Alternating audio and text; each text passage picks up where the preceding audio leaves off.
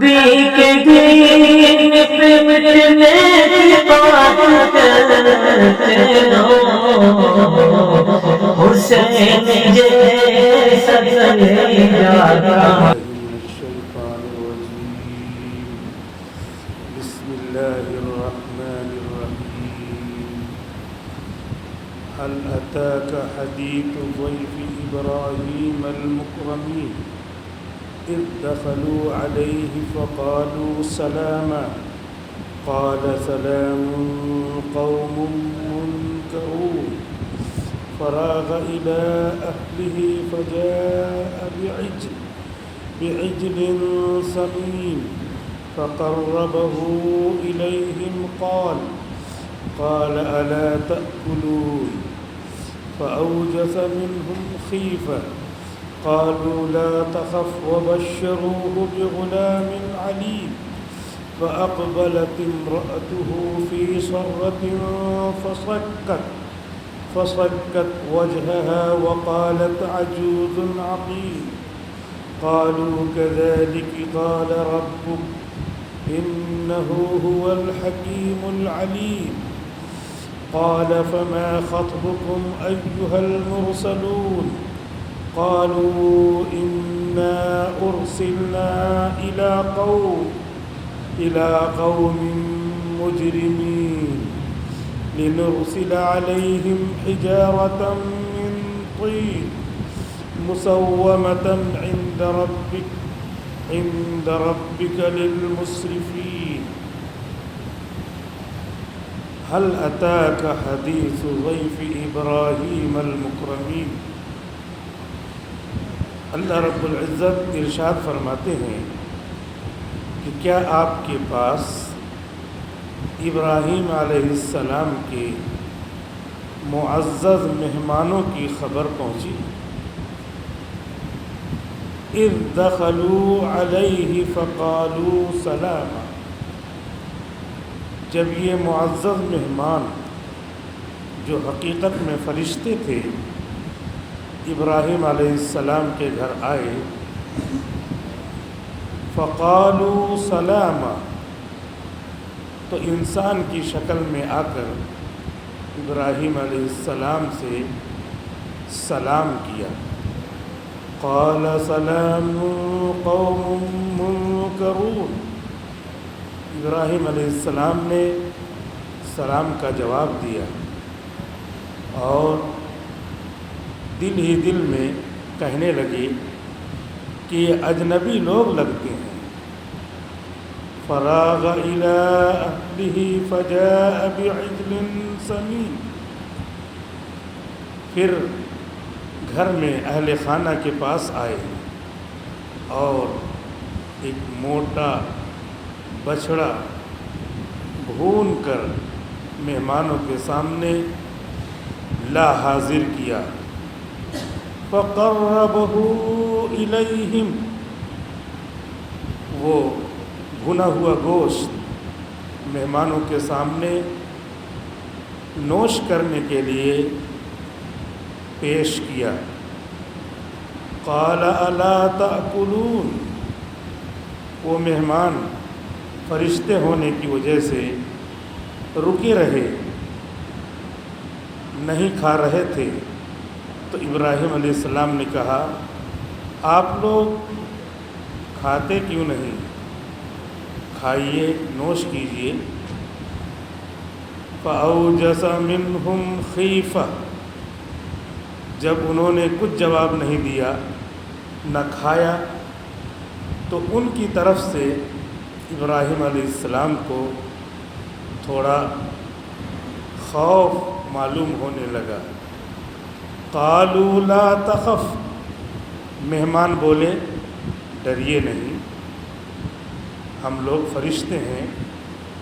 وَبَشَّرُوهُ بِغُلَامٍ عَلِيمٍ، اور آپ کو خوشخبری دینے کے لیے آئے ہیں، آپ کو خوشخبری ہو اتنی بڑی عمر میں ایک بہت ہی ماہر دین علم والے لڑکے کی کہ آپ کے یہاں ایک بچہ پیدا ہوگا. فأقبلت امرأته في سرة فصكت وجهها. حضرت ابراہیم علیہ السلام کی زوجہ اندر سے سن رہی تھی. وہ کچھ بولتی ہوئی تھوڑا باہر آئی اور اپنے ماتھے پر ہاتھ مار کر کے کہنے لگی وقالت عجوز عقیم کہ میں بوڑھی ہوں، باج ہوں، مجھے کیسے اولاد ہوگی. قالوا كذلك قال ربك، فرشتے کہنے لگے اسی طرح ہوگی، تیرا پروردگار فرماتا ہے. اس کے لیے کیا مشکل ہے؟ انه هو الحکیم العلیم، تیرا پروردگار حکمت والا ہے، جاننے والا ہے. کیسے اولاد ہوگی، کس عمر میں اولاد ہوگی، وہی جانتا ہے. اس کے پاس 1000 طریقے ہیں. قال فما خطبكم ایھا المرسلون، ابراہیم علیہ السلام نے پوچھا ٹھیک ہے اولاد کی خوشخبری ہو گئی، اور بھی کیا اہم کام ہے اے فرشتوں؟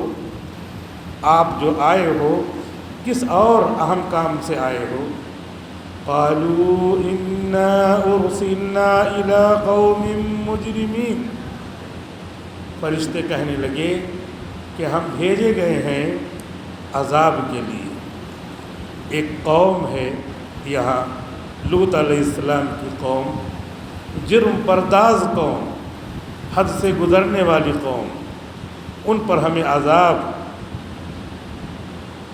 پہنچانے کے لیے، عذاب نازل کرنے کے لیے بھیجا گیا ہے. لنرسل علیہم حجارۃ من طین، تاکہ ہم ان پر مٹی کے بنے ہوئے پتھر کی طرح اثر رکھنے والے کنکر کو ان پر برسائیں اور وہ ہلاک ہوں.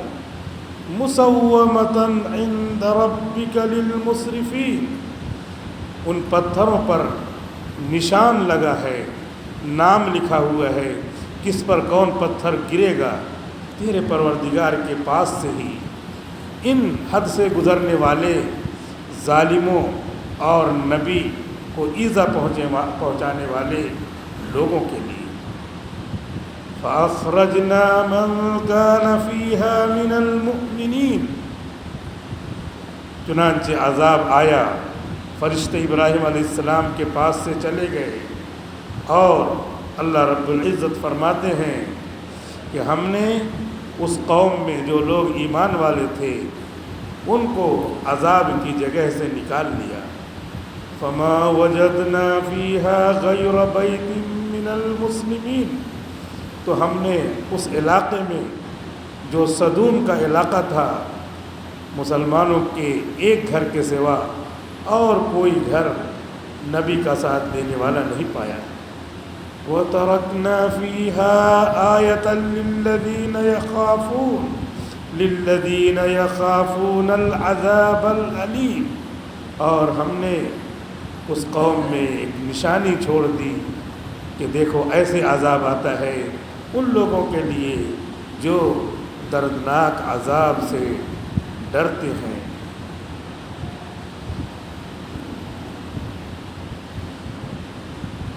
سورہ زاریات کی تفسیر شروع ہو چکی ہے. اس کا ایک رکوع کل پڑھا گیا تھا اور اس کی تفسیر آئی تھی. آج دوسرا رکوع پڑھا گیا اور مکمل رکوع نہیں پڑھا گیا. 26واں پارہ پورا ہو گیا ہے اور 27واں پارہ بھی شروع ہو گیا ہے. آج رمضان شریف کی دوسری تاریخ ہے، دوسرا روزہ ہے. اللہ رب العزت اپنے حکموں پر عمل کرنے ہی کے لیے قرآن کریم کو اتارے ہوئے ہیں. قرآن کریم میں 6236 آیتیں ہیں جن تمام کا پیغام یہ ہے کہ بندہ اللہ کے حکموں پر عمل کرنے لگے. اللہ کے حکموں پر عمل کرے گا تو اس کے لیے دنیا میں بھی آرام ہے۔ لوگ سمجھتے ہیں کہ ہم اللہ کے حکموں کو چھوڑ کر کے آرام سے رہیں گے۔ بہت سارے بندے رمضان میں بھی نماز نہیں شروع کی ہوئی، وہ سوچتے ہیں ہمارا فلاں کام بگڑ جائے گا، ہم کو فلاں جگہ ہمیں روزہ بھی نہیں رکھ رہے ہیں، ہمیں کھانے میں آرام ہے، حالانکہ نہ کھانے میں آرام ہے۔ سائنسدانوں نے پروف کر دیا ہے کہ اگر اچھی زندگی گزارنا ہو تو 365 دن میں 30 دن کم سے کم آدمی بھوکا رہے۔ ان کو تو روزے کا کنسپٹ ہے نہیں، اور ہمارا بھی یہ کنسپٹ نہیں ہے کہ ہم صحت کے لیے روزہ رکھتے ہیں۔ ہم اللہ کے حکم کو پورا کرنے کے لیے روزہ رکھتے ہیں، اور ہم اس کے ساتھ یہ جانتے ہیں کہ اللہ کا ہی ایک حکم، اس پر عمل کرنے میں ہزاروں فائدے، اسی کو کہتے ہیں ہزاروں مصلحتیں۔ مولانا اشرف علی تھانوی رحمۃ اللہ علیہ بیان القرآن میں فرماتے ہیں کہ مصلحتوں کے اوپر شریعت کا حکم نہیں ہے، اس لیے مصلحتیں نہ جانیے نہ جاننے کی فکر کیجیے۔ ایک آدھ کوئی فائدہ، مصلحت یعنی فائدہ، ایک آدھ کوئی فائدہ معلوم ہو جائے تو ٹھیک ہے، بہت اچھا، لیکن فائدے کے لیے نہیں، وہ فائدہ تو ملنے والا ہے۔ ہم مکان بناتے ہیں، کھڑکی جو ہے لگاتے ہیں، ہوا تو آئے گی، لیکن ہم یہ نیت کریں اذان کی آواز آئے گی تو ثواب ملے گا، ہوا تو آئے گی ہی آئے گی۔ ہم روزہ رکھیں گے تو سائنسدانوں کے پروف کرنے کی وجہ سے، ثابت کرنے کی وجہ سے صحت کا نفع تو ہونا ہی ہونا ہے، لیکن ہم اللہ کے حکم کو پورا کرنے کے لیے، اللہ کی مرضی حاصل کرنے کے لیے، اپنے نبی کی سنت کو عمل میں لانے کے لیے کرتے ہیں، تاکہ جو ہے ہم اللہ کی مرضی کو حاصل کریں۔ دنیا کا نفع تو ملنا ہی ملنا ہے، اگرچہ اگر کوئی دنیا کا نفع کرے بھی، نیت کرے بھی، تو مولانا اشرف علی تھانوی رحمۃ اللہ علیہ دوسری آیت میں تفسیر میں فرماتے ہیں فَلَنُحْيِيَنَّهُ حَيَاةً طَيِّبَةً، جو بھی مرد ہو یا عورت ہو نیک کام کرے۔ نیک کام کیا ہے؟ رمضان میں روزے فرض ہیں، دن بھر پہ 5 وقت کی نماز فرض ہے، پیسہ ہے تو حج کر کے آئیے، پیسہ ہے تو زکوٰۃ دیجئے۔ یہ نیک کام فرض ہیں جن کو کرنا ہی کرنا ہے، اور کریں گے تو بہت زیادہ نفع ہے، نہیں کریں گے تو اللہ کی طرف سے سزا بھی ہے۔ نفلی کام میں کریں گے تو ثواب ہے، نہیں کریں گے تو کوئی پکڑ نہیں ہے، لیکن فرائض میں اللہ تعالیٰ نے کہا ہے کرنا ہی کرنا ہے۔ یعنی کوئی کام، جیسے ماں باپ زبردستی دکان کھلواتے ہیں، بیٹے سے نہیں جاتا، بگڑ گیا ہے، ماں باپ کی بات بھی نہیں مانتا، اب زبردستی اس کو دکان کھلواتے ہیں۔ پہلے اس کو لالچ والا دلوایا کہ یہ فائدہ ہوگا، یہ ہوگا، یہ تم کو کر دیں گے، بائک دلا دیں گے، 4 پہیہ دلا دیں گے، یہ سب کرتے ہیں، نہیں مانتا تو زبردستی کرواتے۔ تو اللہ رب العزت نے پہلے تو زبردستی نہیں کرائی، لا اکراہ فی الدین، دین کے اصول میں زبردستی نہیں، جس کا جی چاہے ایمان لائے، اسلام لائے، جس کا جی چاہے نہ لائے، اس میں زبردستی نہیں ہے۔ لیکن جب اپنے من سے ایمان لے آئے، اپنے من سے مومن ہو گئے، فمن شاء فلیؤمن ومن شاء فلیکفر، جو چاہے ایمان لائے، جو چاہے کفر کرے۔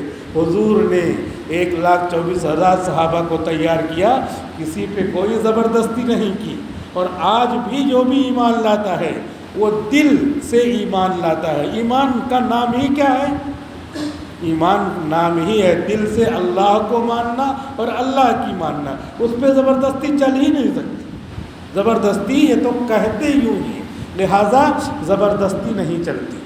اب جو ایمان لے آیا اپنے من سے، تب اللہ تعالیٰ نے کہا ہے یہ ہے نماز فرض ہے، وہ بھی زبردستی نہیں پکڑ کے لاتے اللہ تعالیٰ، لیکن یہ کہا ہے فرض ہے، تم کو کرنا ہی کرنا ہے، ابھی تم کو اختیار ہے، چاہے کرو چاہے نہ کرو، پڑھو نماز یا نہ پڑھو، روزہ رکھو یا نہ رکھو، زبردستی اللہ تعالیٰ نہیں کرتے۔ ہاں فرض کیا ہے، اب اس فرض کے اوپر اللہ تعالیٰ کیا کر رہے ہیں؟ لکھوا رہے ہیں فرشتے سے، سب حساب کروا رہے ہیں۔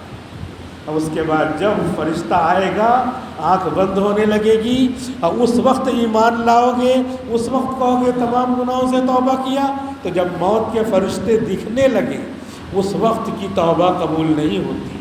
موت کے فرشتے دکھنے سے پہلے اگر کوئی توبہ کرتا ہے تو وہ توبہ قبول ہو جاتی ہے۔ اس کو جو ہے الفاظ ہیں ایمان یاس قبول ہے، ایمان باس قبول نہیں ہے۔ ایمان یاس کا مطلب کیا ہے؟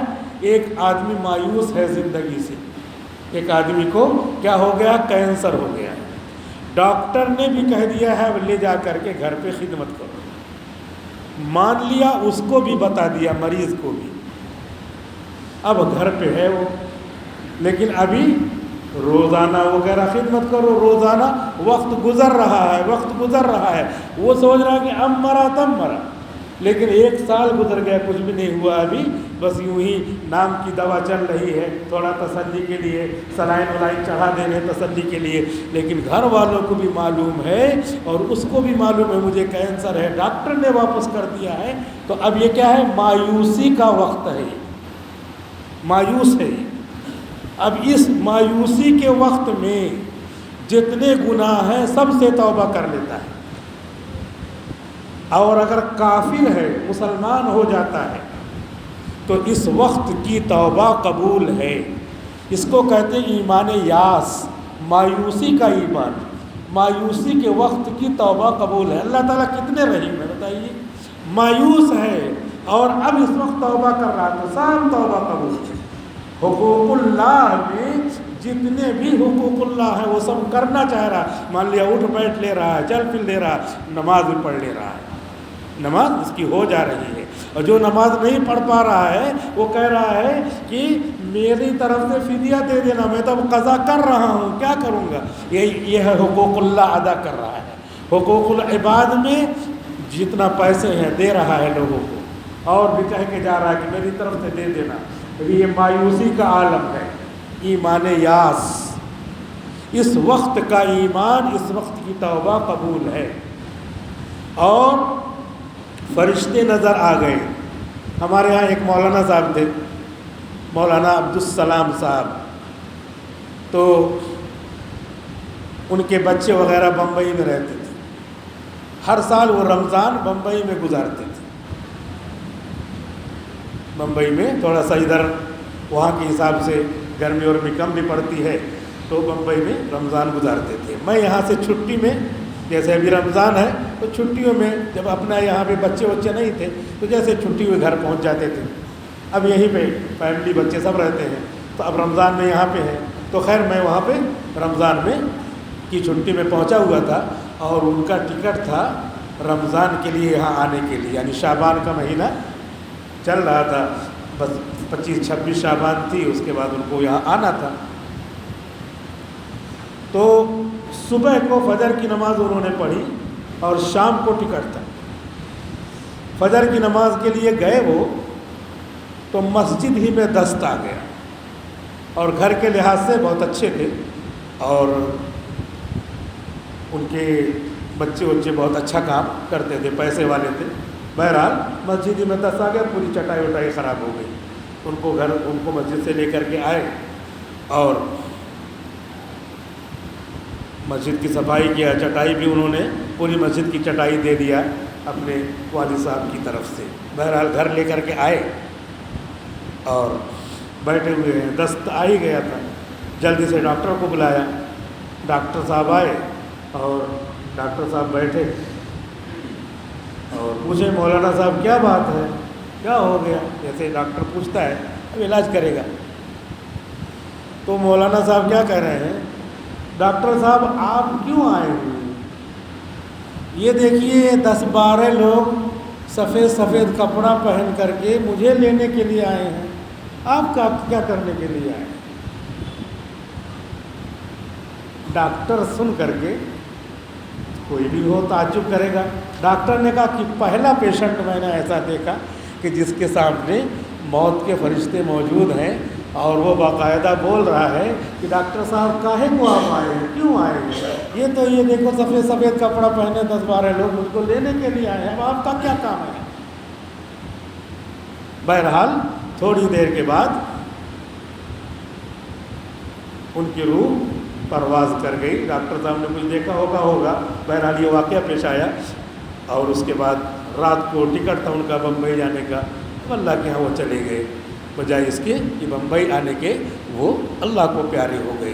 بتانا یہ ہے کہ اتنے پیریڈ میں جو فرشتے کو دیکھ رہے ہیں، اور اب جتنا بھی 1 گھنٹے میں 2 گھنٹے میں جو بھی جتنی دیر میں بھی جان نکلی ہو، تو اتنا پیریڈ کہلاتا ایمان باس، یعنی ایسی حالت میں جب فرشتے دکھ جائیں، موت کے فرشتے دکھ جائیں، اس حالت میں اگر کوئی ایمان لاتا ہے، کافر کوئی ہے ایمان لاتا ہے، تو وہ ایمان قبول نہیں ہے۔ اس حالت میں اگر کوئی توبہ کرتا ہے، فلاں گناہ سے توبہ، فلاں گناہ سے توبہ، فلاں گناہ سے توبہ، تو اس کی توبہ قبول نہیں ہے۔ تو ایمان یاس قبول ہے، ایمان باس قبول نہیں ہے۔ توبہ مایوسی کی حالت میں، جیسے کینسر کا وہ پیریڈ ہم نے بتایا، قبول ہے اس وقت کی توبہ، اور جب فرشتے نظر آنے لگیں اور اس کے بعد آدمی جلدی جلدی توبہ کرے تو وہ توبہ قبول نہیں ہے۔ تو اب ایسا وقت اللہ رب العزت نے ہم کو دیا ہے اور یہ بتایا ہے کہ دیکھو جب تم ایمان لے آؤ تو تمہارے اوپر روزہ فرض ہے، نماز فرض ہے، زکوٰۃ فرض ہے، حج فرض ہے، یہ تو اب کرنا ہی کرنا ہے، اور اس کے علاوہ واجبات ہیں، اور اس کے علاوہ سنتیں ہیں، سنت مؤکدہ، سنت غیر مؤکدہ، یہ ساری چیزیں کرنا ہے۔ یہ کر کے جائیں گے تو فَلَنُحْيَنَّهُ حَيَاةً طَيِّبَةً، دنیا میں بھی ہم تم کو پاکیزہ زندگی دیں گے۔ جو لوگ اللہ کے حکموں پر عمل کرتے ہیں ان کا دل پاکیزہ، ان کے کپڑے پاکیزہ، ان کا مکان پاکیزہ، رہنے کی جگہیں پاکیزہ۔ چنانچہ کچھ جن گھروں میں عبادت ہوتی ہے تو رہنے والی مخلوق جو نظر نہیں آتی وہ بھی دعا دیتی ہے، کیڑے مکوڑے دعا دیتے ہیں، وہاں پہ آنے والے شیطان نہیں آتے کیونکہ فرشتے وہاں موجود رہتے ہیں اور جنات موجود رہتے ہیں، ان کو وہاں سے بھگا دیتے ہیں، یہاں تمہارا کوئی کام نہیں، کیونکہ گندی جگہوں پہ یہ جو ہے جنات، شیاطین، جو گندی طبیعت کے لوگ ہیں وہاں رہتے ہیں۔ لہٰذا اگر یہاں اس دنیا میں اللہ کے حکموں پر عمل کر کے گئے تو پاکیزہ زندگی ملتی ہے، اور مرنے کے بعد اللہ رب العزت کے یہاں مہمان خانہ ہے۔ اللہ ہمیشہ سے ہیں تو اللہ کا مہمان خانہ بھی ہمیشہ رہے گا۔ ہمیشہ اللہ رہیں گے تو مہمان خانہ بھی کیا ہے؟ ہمیشہ رہے گا۔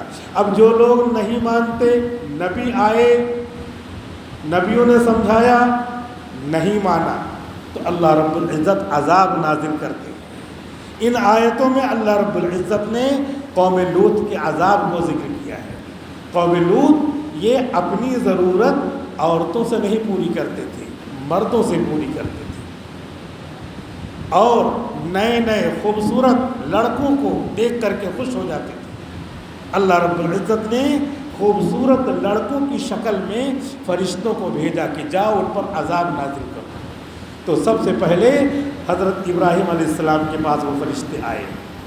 لوط علیہ السلام کی قوم بہت ہی زیادہ اللہ سے برگشتہ تھی، اور لوط علیہ السلام ابراہیم علیہ السلام کے کیا تھے؟ بھانجے تھے، رشتہ دار تھے۔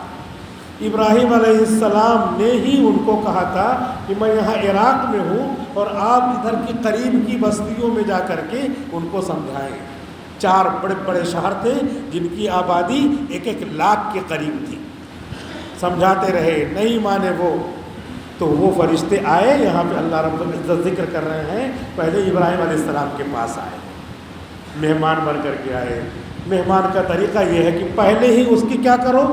پہلے اس کی میزبانی کر دو۔ جیسے ہمارے علاقے میں یہ رواج ہے کہ جلدی سے پانی پیش کرو، تو پہلے اس کی میزبانی کر دو، اور اس کے بعد کس کام سے آئے۔ ابراہیم علیہ السلام نے ایسا ہی کیا، پہلے جو ہے ان کو بیٹھایا، لیکن دیکھا کہ ایسی شکل کے لوگ تو کبھی دکھے نہیں، لیکن گئے کیا؟ مہمان کو جتنا زیادہ ہمارے اندر وسعت ہے اتنی اس کی قدر کرنا چاہیے۔ ابراہیم علیہ السلام گھر گئے اور جا کر کے اندر بچڑا تھا اس کو ذبح کر دیا، ذبح کر کے بھون بھنا کر کے جلدی سے لا کر کے پیش کیا، کیونکہ انسان تھے، انسان کی شکل میں تھے، اسی لیے انہوں نے کہا پیش کر دیتے ہیں۔ اب کھانا لائے، ظاہر سی بات ہے مہمان آیا، السلام علیکم کیا تو انہوں نے جواب دیا وعلیکم السلام، ہاں تشریف رکھیے بیٹھیے۔ گھر میں گئے اور بچڑا بھون کر کے لا کر کے پیش کیا، یہ لیجیے۔ اب وہ ہاتھ ہی نہیں بڑھا رہے ہیں، کیونکہ ان کی بھوک کیا ہے؟ ان کی بھوک کو پورا کرنا کیا ہے اس کا طریقہ؟ اللہ اللہ کہنا. ان کو بھوک لگتی ہے تو اس بھوک لگنے کے زمانے میں وہ اللہ اللہ کہیں تو بھوک مٹ جاتی ہے. اگر بھوک لگتی ہے نہیں لگتی ہے تو کیا ہے؟ ان کا کام ہی اللہ اللہ کرنا، ذکر الہی ہے ان کا کام ہی. چنانچہ دجال جب آئے گا تو دجال جب پکڑے گا سب کو، اس زمانے میں بھوک بہت زیادہ لگے گی، بہت زیادہ بھوک لگے گی، خطرناک بھوک لگے گی. اور جو ہے لوگوں کو پکڑ کے کہے گا کیا چاہیے؟ روٹی چاہیے. فوراً جو ہے وہ کیا کرے گا؟ بادل کو حکم دے گا بارش برسے گی، اور بارش بر کے فوراً سبزہ تیار ہوگا اور گیہوں تیار ہوگا. گیہوں اس کے سامنے ہی تیار ہو کر کے آٹا بن جائے گا. آٹا بن کر کے گود گدا کر کے وہ پکی ہوئی پھولی ہوئی ایک دم تازہ تازہ روٹی کہے گا چاہیے مجھ کو خدا مانتے ہو؟ ہاں مانتا ہوں. اور اس کے بعد وہ کھلا دے گا. یہیں پر اس کا ایمان کا امتحان ہو گیا، وہ کافر ہو جائے گا. لیکن جس بندے کو، جو ایمان والا بندہ ہوگا، اس کو بھوک لگی ہوگی اور وہ کہے گا، تو اب اس بھوک کو مٹانے کے لیے حدیث شریف میں آتا ہے کہ اس وقت بندہ ذکر کرے گا، لا الہ الا اللہ، سبحان اللہ، الحمدللہ، آیت الکرسی پڑھے گا. جو بھی اس کو ذکر یادیں پڑھے گا تو اس کی بھوک مٹتی چلی جائے گی. یہ حدیث شریف میں آتا ہے. اس زمانے میں ایمان والوں کی بھوک کے مٹنے کا طریقہ اللہ تعالیٰ کیا رکھے ہوں گے؟ آج بھی ہم اپنا ذکر کرتے رہیے صبح سے لے کے شام تک. اور جو ہے ہم روزہ رکھے ہوئے خود ذکر ہے، یعنی اللہ کو یاد کرنا عملی طور پہ. روزہ رکھے ہوئے تو بھوک کو برداشت کر لے رہے ہیں، اور اگر کہیں سفر سے آئے اور گھر میں آ کر کے کہہ رہے ہیں لاؤ کھانا لاؤ، دیر کر رہی ہیں خواتین، غصہ ہو جائیں گے، کب سے آیا ہوں تم لوگ کو کوئی قدر نہیں. اور یہاں برداشت ہو جا رہا ہے. کیوں؟ اس لیے کہ یہ ذکر ہے. ذکر الہی کی وجہ سے ہی یہ بھوک برداشت ہو جا رہی ہے، ذکر الہی کی وجہ سے پیاس برداشت ہو جا رہی ہے. بات مرتبہ ہم ہی اور آپ کبھی سحری کے ٹائم اٹھے اور رات ہی میں پیاس لگی تھی کہ ایک آدھ گلاس اور پینا چاہیے، لیکن سو گئے. اب سحری کے ٹائم اٹھے اور اس کے بعد مؤذن نے اذان دے دی. اب بغیر سحری کے روزہ ہیں اور پیاس لگی ہوئی ہے. لیکن بہت سارے بندے آپ میں سے، ہم میں سے یہ گواہی دیں گے کہ میں نے ایسا روزہ رکھا ہے، اٹھا تھا سحری کے وقت اور پیاس لگی ہوئی تھی، لیکن اب کیا ہے، اب مؤذن نے اذان دے دیا اور سحری کے بغیر روزہ رکھنا جائز ہے. سحری کے بغیر روزہ رکھ لیا اور پورا طلوع غروب آفتاب کے تک ہم نے روزہ رکھا اور اس کے بعد کھایا. کیوں؟ اللہ کے نام کی وجہ سے اللہ صبر دیتا ہے. اور یہ سب ہم اور آپ خود مثال ہیں. اس کی بڑی بڑی مثالیں تو بزرگوں میں ملیں گی، لیکن آج کے زمانے میں یہ سب مثالیں ہیں. تو دجال کے زمانے میں کیا ہوگا؟ دجال کے زمانے میں یہ ہوگا کہ بھوک کا زمانہ ہوگا، قحط کا زمانہ ہوگا. اور ایمان والے کو جب پکڑے گا تو ایمان والا جو ہے وہ ایمان والا اللہ اللہ کرے گا، اللہ اللہ کرے گا. بھوک مٹتی جائے گی، بھوک مٹتی جائے گی. ایک مومن کو پکڑے گا اور اس کے بعد کیا کرے گا؟ کہے گا کہ مجھ کو تم خدا مانتے ہو؟ میں نے تو دیکھو روٹی پکا کے دکھا دیا. کہ نہیں، خدا نہیں مانتا. تو اس کو ایسے چیر دے گا، ایسے نہیں چیرے گا، ایسے سر کے سر میں سے دو ٹکڑے کر دے گا، ایک پیر ادھر اور دوسرا پیر ادھر، ایسے چیر دے گا. چیرنے کے بعد پھر جوڑ دے گا.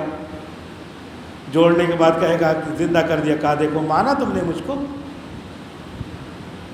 کہا نہیں، یہ تو جو حدیث شریف میں آیا تھا کہ ایک مومن کو پکڑ کر کے اس کو چیر دے گا، وہ تو اللہ نے مجھے ہی بنا دیا وہ ایمان والا، مجھے کو تم نے چیرا. تو اور پکا یقین ہو گیا کہ تو کیا ہے؟ خدا نہیں ہے. اب اس کے بعد پھر اس کو چاہے گا چھری لے کر کے ذبح کرنا چاہے گا. تو یہاں پورا اللہ تعالیٰ پیتل کا گلا بنا دے، پیتل کا گلا بنا دے. صوفیاء کرام، جمہور صوفیاء کرام فرماتے ہیں، اور اسی میں مولانا اشرف علی تھانوی رحمۃ اللہ علیہ، کہ یہ بندہ حضرت خضر علیہ السلام ہوں گے. یہ بندہ کون ہوگا؟ حضرت خضر علیہ السلام ہوں گے. اور جو ہے خضر علیہ السلام ابھی بھی زندہ ہے. خضر علیہ السلام ابھی بھی زندہ ہے. جمہور محدثین اور علماء کا قول ہے کہ ان کا انتقال ہو گیا، لیکن صوفیاء کرام اور اس میں مولانا اشرف علی تھانوی کا بھی قول ہے کہ خضر علیہ السلام زندہ ہے. تو انہی کے ساتھ یہی پیش آئے گا. بہرحال جو بھی عقیدہ ہو، ایسی چیزوں میں جو بھی عقیدہ ہو وہ قول کے اعتبار سے بیان کرنا چاہیے، اور قول کے اعتبار سے کہ فلاں کا قول ہے، فلاں بزرگ کا ہے، جو بھی ہو وہ اس پر ہمارا ایمان ہے، جیسا بھی ہو. بہرحال یہ بتانا تھا کہ ایمان اور ذکر یہ ہماری بھوک کو بھی ختم کر دیتا ہے، ہماری پیاس کو بھی ختم کر دیتا ہے۔ اور ہم لوگ ایمان تو لائے ہوئے ہیں، الحمدللہ ایمان والے کے گھر میں پیدا ہوئے ہیں، لیکن نمازیں چھوڑنا، روزہ بھی نہ رکھنا، اور جو ہے رمضان ختم ہوتے ہی بالکل سب چیزوں کو طلاق دے دینا، یہ ہم غلط سمجھ رہے ہیں۔ حالانکہ ہماری بھوک پیاس، ہماری روزی اللہ نے نمازوں میں رکھی ہے۔ کیا وَأَمُرْ أَهْلَكَ بِالصَّلَاةِ وَاصْطَبِرْ عَلَيْهَا لَا نَسْأَلُكَ رِزْقًا، اپنے گھر والوں کو بھی نماز کا حکم دو، خود بھی نماز کے پابند رہو۔ ہم آپ سے یہ نہیں کہتے ہیں کہ روزی جو ہے کما کر کے مجھ کو کھلاؤ، روزی تو ہم خود تم کو بھی دیتے ہیں اور سب کو دیتے ہیں روزی، ہم کو کھلانے کی ضرورت نہیں۔ ہم ایسے خدا نہیں ہیں جن کو دودھ چڑھانا پڑتا ہے، ہم ایسے خدا نہیں ہیں جن کی حفاظت بندے خود کرتے ہیں، ہم ایسے خدا ہیں بندوں کی حفاظت کرتے ہیں، رب العالمین ہیں، سارے جہان کے پالن ہار ہم ہیں، ایک ایک پل کی ہم کو خبر ہے، لہٰذا تم نماز پڑھو، اس کی برکت سے ہم تم کو روزی دیں گے۔ بندہ کیا ہے؟ بندہ نماز چھوڑ کر کے روزی کمانے جاتا ہے، نماز پڑھ کر کے یہاں تک کہ مسجد میں آنا بھی ضروری نہیں قرار دیا۔ مسجد دور ہے اگر تو جہاں نماز کا وقت ہو گیا وہیں پہ فوراً کیا کرنا چاہیے؟ وضو کر کے، بچھانے کا بھی کچھ نہیں ہے تو کیا ہوا، کھیت کے لیے روزی کماتے ہو، سارے کپڑے تو گندے رہتے ہیں نا، وہاں بھی کبھی سجدہ کر کے دیکھو نا، ہو سکتا ہے ایک ہی سجدہ، ایک ہی وقت کی 2 رکعت نماز اللہ کو قبول ہو جائے اور ہمارا بیڑا پار ہو جائے۔ تو اس وجہ سے اللہ تعالیٰ کے سامنے ہم کو کیا ہے؟ اللہ کے حکم کو فالو کر کے دکھانا ہے، اور ہماری روزی میں برکت اسی وقت ہوگی جب ہم اللہ کی طرف سے آئے ہوئے حکموں کو مکمل کریں اور اس کو سیکھ کر کے کریں۔ نماز کیا ہے؟ نماز دن بھر میں 5 مرتبہ پڑھی جانے والی عبادت ہے۔ روزہ تو ابھی آیا ہے، اس کے چند مسئلے ہم نے آپ کو بتلائے کل بھی، اور نماز کے بارے میں روزانہ جو ہے نماز پڑھی جاتی ہے، نماز کے بارے میں بھی پوری نماز سیکھ کر کے پڑھنا چاہیے، اس میں جو بھی کمی ہو دھیرے دھیرے دور کرتے رہنا چاہیے۔ مثال کے طور پر نماز میں ایک کمی کیا ہے؟ بہت سارے لوگ ہیں نماز اس طرح پڑھتے ہیں، یعنی ان کا ہونٹ نہیں کھلتا ہے اور پوری نماز ہو جاتی ہے۔ نہیں، ہونٹ کھلنا ہے، آہستہ کہیں، اپنا کان سنیں، سری آہستہ پڑھنے کی فقہائے کرام نے حد یہ بنائی ہے کہ کم سے کم اپنا کان سنیں۔ تو اب اگر ہم ہونٹ نہیں کھولتے ہیں تو پڑھا ہی نہیں ہم نے، تو بہت سارے لوگ اس طرح نماز پڑھتے ہیں کہ پورا پڑھ لیا، پڑھنا ہوا ہی نہیں۔ پڑھنا کس کو کہتے ہیں؟ ہونٹ حرکت کرے اور سرن آہستہ کم سے کم اپنا کان سنے، اور جہرن کم سے کم بازو والا سنے، اور مقدار اس کی زیادہ کی چاہے جتنا ہے، جتنا مائک لگا لیجئے۔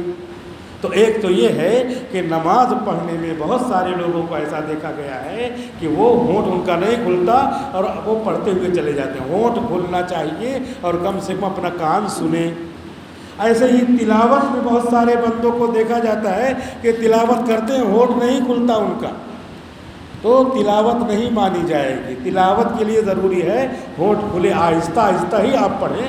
تھک گئے ہیں صبح سے آپ پڑھتے پڑھتے، 10-12 پارہ ہو گیا ہے، بہت سارے بندے پڑھتے ہیں ماشاءاللہ، اللہ کے بندے، ان کو تہنیت ہے، مبارکباد ہے، اور بھی پڑھنا چاہیے۔ فضائل اعمال میں لکھا ہے، شیخ زکریا صاحب رحمۃ اللہ علیہ فرماتے ہیں کہ اپنے تو نہیں پڑھ پاتے زیادہ، وہ ان کی تواضع ہے، وہ بھی پتہ نہیں کتنا پڑھتے رہے ہوں گے، لیکن یہ کہہ رہے اپنے تو نہیں پڑھ پاتے، لیکن اپنی گھر کی خواتین کو دیکھ کر کے طبیعت خوش ہو جاتی ہے کہ گھر کا سارا کام کر کے، مکمل کر کے گھر کا سارا کام، کسی کا 17 پارہ ہو رہا، کسی کا 18 پارہ ہو رہا، کسی کا 15 پارہ ہو رہا ہے، اس طرح گھر کی عورتیں رمضان میں پڑھ ڈالتی ہیں۔ تو ہم بھی اگر اس طرح نیت کر کے پڑھیں گے تو انشاءاللہ کیا ہوگا؟ انشاءاللہ ہمارا بھی ہوگا۔ 10 پارے کی نیت سے اگر پڑھیں گے تو 8 پارہ 7 پارہ تک پہنچائیں گے ہی۔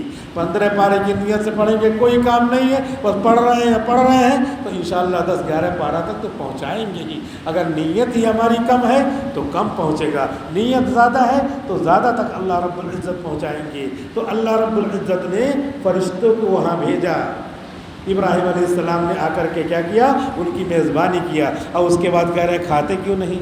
تب انہوں نے بتایا کہ ہم فرشتے ہیں، ہم نہیں کھاتے. ہماری غذا ذکر الہی ہے، جیسے ایمان والوں کی غذا بھی کبھی کبھی ذکر الہی ہوتی ہے.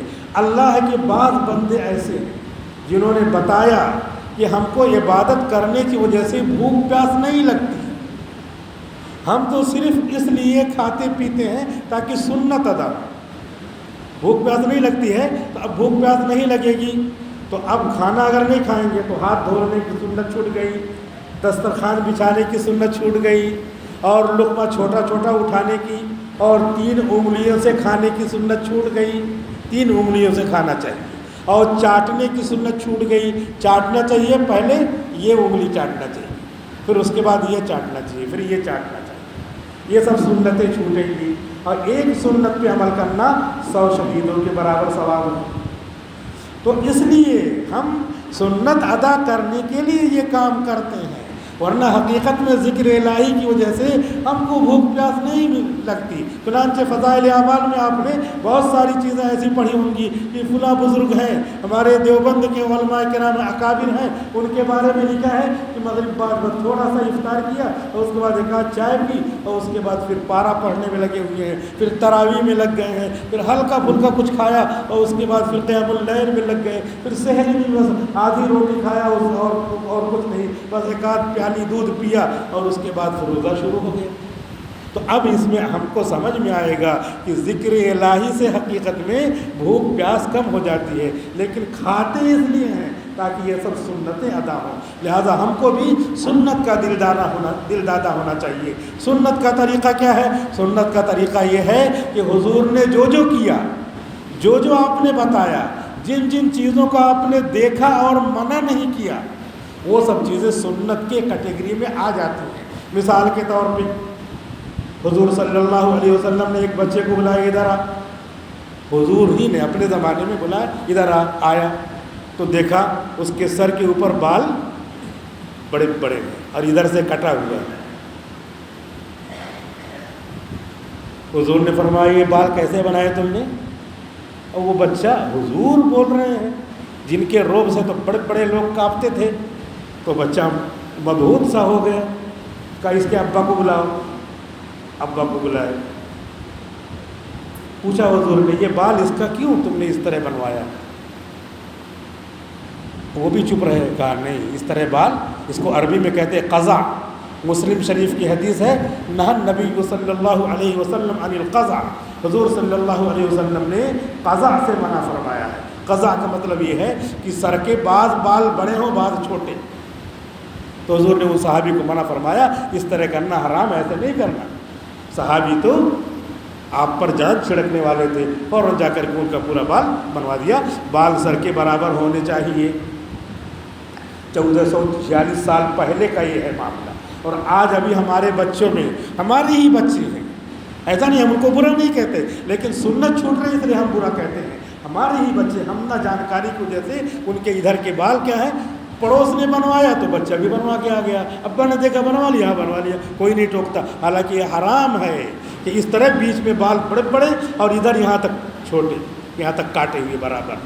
یہ آج کل چل رہا ہے جو حرام ہے.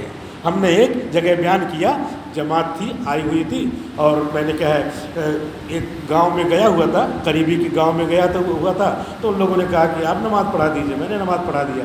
نماز کے بعد انہوں نے کرسی رکھا بیان کرنے کے لیے، تو میں سمجھ گیا کہ لگ رہا زیادہ ٹائم یہ لوگ لیں گے. تو میں نے کیا کیا، دعا سے پہلے ہی ایک حدیث سنا دی. یہی حدیث سنایا میں نے کہ نہى النبی صلی اللہ علیہ وسلم عن القضا.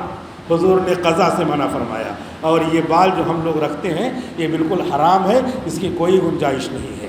تھوڑا ہم نے بیان کر دیا، 5 منٹ بیان کر دیا، اور اس کے بعد دعا کر کے پھر لوگوں نے سنت پڑھی، ہم چلے آئے. ہمارا ٹائم بھی بچ گیا، لیکن ہم نے ایک اللہ کے رسول کی حدیث اللہ کی عظمت میں، اللہ کے رسول کی عظمت میں سنا دیا، چلے آئے. اور اس کے بعد جماعت آئی ہوئی تھی، وہ جماعت 10 کلومیٹر کی دوری سے ہمارے گھر کے مسجد میں آئی، جس میں ہم فجر کی نماز پڑھتے. تو فجر کی نماز میں نے یہاں پڑھائی، وہاں بھی پڑھایا تھا، یہاں بھی پڑھایا. اب اس کے بعد امام صاحب سے ملتے ہیں، امام صاحب سے جماعت کے امیر صاحب آئے اور ملے اور کہنے لگے کہ حضرت آپ نے رات میں وہاں بیان کیا تھا، وہی جماعت ہے یہ، اور آپ نے جیسے ہی بیان کیا نا، ہماری جماعت میں 8 نوجوان تھے جن کے بال اسی طرح تھے. ہم نے فوراً سب کو کہا کہ جا کے کٹواؤ، اور فوراً سب لوگوں نے بال بنوا لیے۔ تو میں نے اس سے نتیجہ نکالا، ان سے بھی کہا کہ کوئی بھی دین کی بات ہم مسلمانوں کو کسی سے بدظن نہیں ہونا چاہیے، پہلے معلوم تو ہو، جانکاری تو ہو، جانکاری دے تو عمل کرنے کے لیے پوری امت تیار ہے۔ پہلی بات ہے کہ معلوم ہی نہیں رہتا کہ ان کا اس میں نفع ہے، وہ تو دیکھا دیکھی لوگ کرتے ہیں کہ ٹھیک ہے یہ چل رہا تو ہم چلاتے ہیں، لیکن اگر ہمارے نبی کی یہ سنت ہے تو اسے ہم کو ضرور فالو کرنا چاہیے، ضرور اس کا اتباع کرنا چاہیے۔ اور حرام کا مطلب کیا ہے؟ جیسے پیشاب حرام، پیشاب کو کوئی یہاں لا کے رگڑے گا تو اب وہ چونکہ پیشاب محسوس چیز ہے، یہ چیز محسوس نہیں ہے، تو گویا کہ یہاں پہ پیشاب لگایا ہوا ہے، ایسا کوئی نہیں گوارا کرے گا۔ لیکن اللہ کے رسول نے فرمایا اپنی اہلیہ سے، ایک اہلیہ نے ان کی دوسری اہلیہ کا مذاق اڑا دیا تھا، کیا کہہ دیا تھا؟ ارے وہ انہوں نے فرمایا ہے جو ٹھیکنی ہے، چھوٹی ہے، تو حضور نے کیا فرمایا؟ یہ جو تمہارا جملہ ہے نا، یہ جملہ اتنا خطرناک ہے کہ اگر یہ جملہ کوئی ملانے والی چیز ہوتی، یہ جو جملہ ہے یہ تو معنوی چیز ہے، میننگ والی چیز ہے، معنوی میننگ فل ہے، یہ اگر کوئی مادی چیز ہوتی، ملانے والی چیز ہوتی، مٹیریل ہوتا، میٹر ہوتا، تو کیا ہوگا؟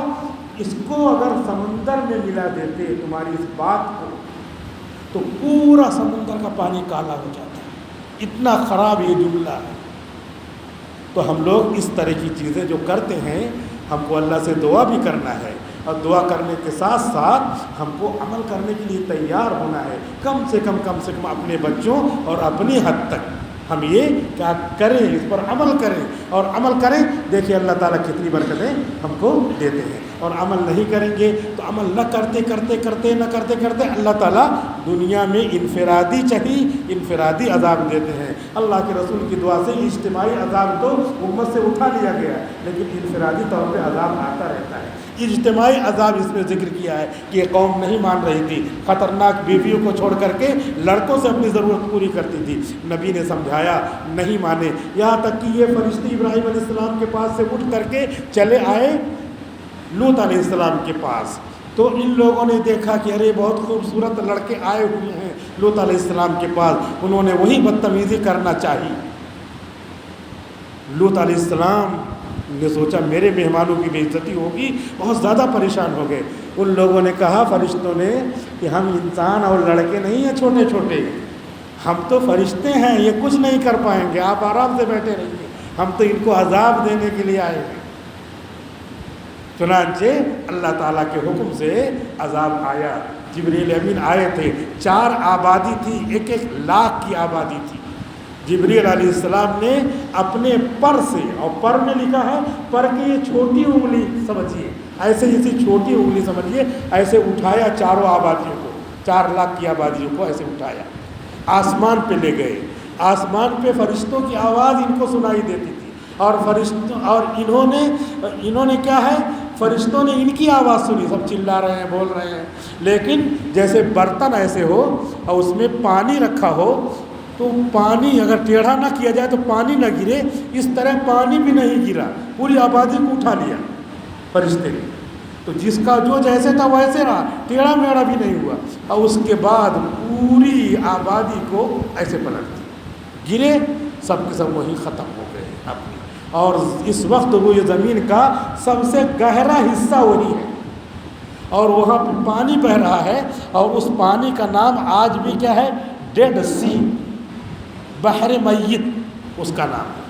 اس میں کوئی بھی مچھلی زندہ نہیں رہتی، کوئی دوسری جگہ سے دریا آ کر کے ملتا ہے، اس میں سے مچھلی آ کے اس میں گری تو فوراً مر جاتی ہے۔ یہ اس قوم کے گناہوں کی نحوست آج بھی ہے۔ آج وہاں پر گھومنے ٹہلنے کی چیزیں لوگوں نے بنا رکھی ہیں، وہاں پہ لوگ جاتے ہیں گھومنے ٹہلنے، لیکن ہماری شریعت میں منع ہے، جہاں پہ عذاب آیا ہو وہاں پہ نہیں جانا چاہیے۔ کہیں کہیں ہم اس عذاب میں ملوث نہ ہو جائیں، تو اللہ کے حکموں پر عمل نہ کریں گے تو ایسے ہی انفرادی طور پہ کہیں کوئی عذاب نہ آ جائے۔ اجتماعی طور پہ تو اللہ نے روک لیا ہے کہ امت محمدیہ سے اجتماعی عذاب نہیں آئے گا، اور انفرادی طور پہ تو آ سکتا ہے۔ لہذا ڈرنا بھی چاہیے اور اللہ کے رسول کی خوشخبریوں سے خوش بھی ہونا چاہیے کہ روزے دار کی روزہ کی کیا نام ہے دعا قبول ہوتی ہے، دن بھر میں ایک دعا ضرور قبول ہوتی ہے، تراویح ہے، ایک ایک حرف میں 10 نیکی، رمضان میں 70 نیکی مل رہی ہے، فرض کا ثواب 70 کے برابر ہے۔ آئے مسجدوں میں نفلیں پڑھیں، نفلوں کی جگہ جو ہے قضاء عمری پڑھیں، قضاء عمری پڑھ کر کے اس طرح رمضان کے مہینے کو گزاریں۔ اللہ مجھے بھی اور آپ سب کو توفیق عطا فرمائے اور امت مسلمہ کی حفاظت فرمائے، خاص طور پہ جامعہ کے متعلقین کی حفاظت فرمائے۔ وآخر دعوانا الحمد للہ رب العالمین۔